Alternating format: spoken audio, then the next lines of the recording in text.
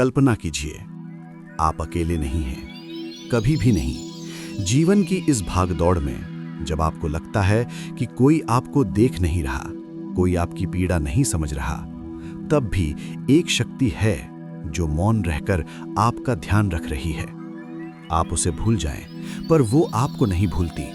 आप व्यस्त हो सकते हैं, लेकिन वो अनादि से अनंत तक आपकी हर धड़कन, हर विचार, हर शब्द से परिचित है।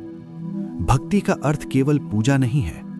भक्ति वो विश्वास है जिसमें हृदय कहता है, कोई है जो मेरा है। और जब ये भाव सच्चा होता है तो ईश्वर प्रसन्न होते हैं। वे किसी औपचारिकता से नहीं, श्रद्धा से प्रभावित होते हैं। हम अक्सर पूछते हैं, भगवान किस रूप में आएंगे, कब आएंगे, कैसे सहायता करेंगे? पर सत्य यह है कि ईश्वर का प्रकट होना हमारी कल्पना से परे है। वे परिस्थिति बनकर भी आ सकते हैं, व्यक्ति बनकर भी, और कभी-कभी एक सीख बनकर भी। अब मैं आपसे ज्ञान की बात करना चाहता हूं। ज्ञान केवल जानकारी नहीं है, ज्ञान केवल डिग्री नहीं है, ज्ञान केवल शक्ति नहीं है, क्योंकि शक्ति का दुरुपयोग भी हो सकता है।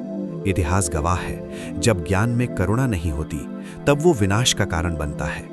वैज्ञानिक प्रगति हमें सामर्थ्य देती है, पर यदि उसमें नैतिकता और संवेदना न हो तो वही प्रगति भय बन जाती है। तो फिर सच्चा ज्ञान क्या है? सच्चा ज्ञान वो है जो मनुष्य को विनम्र बनाए, जो उसे सहनशील बनाए, जो उसे ये समझ दे कि उसकी शक्ति केवल उसके लिए नहीं है, बल्कि समाज और संसार के लिए भी है। जब कोई व्यक्ति अपनी सामर्थ्य को जिम्मेदारी समझता है, तभी वो ज्ञानी कहलाता है।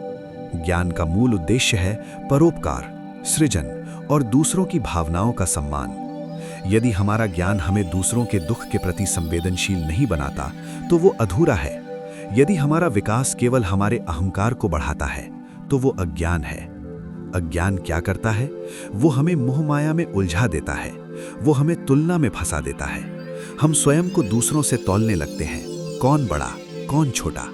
पर क्या आकाश को नापा जा सकता है? क्या शांति को आकार से मापा जा सकता है?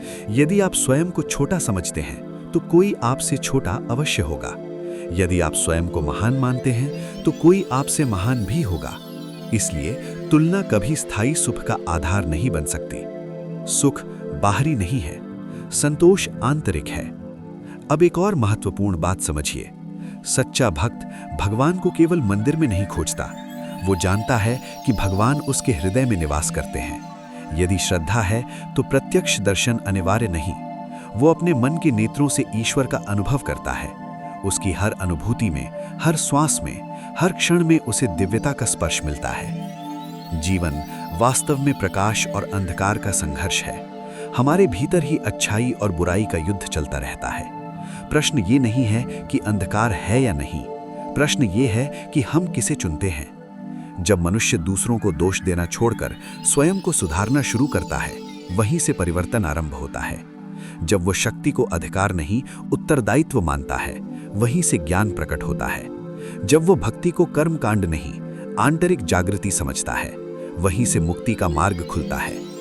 याद रखिए, सच्ची शक्ति संयम में है, सच्चा ज्ञान संवेदना में है, सच्ची भक्ति भीतर की शांति में है। और जब ज्ञान आपके भीतर प्रकाश बनकर फैल जाता है, तब अंधकार अपने आप मिट जाता है। तब जीवन केवल जीना नहीं रहता, वो एक साधना बन जाता है।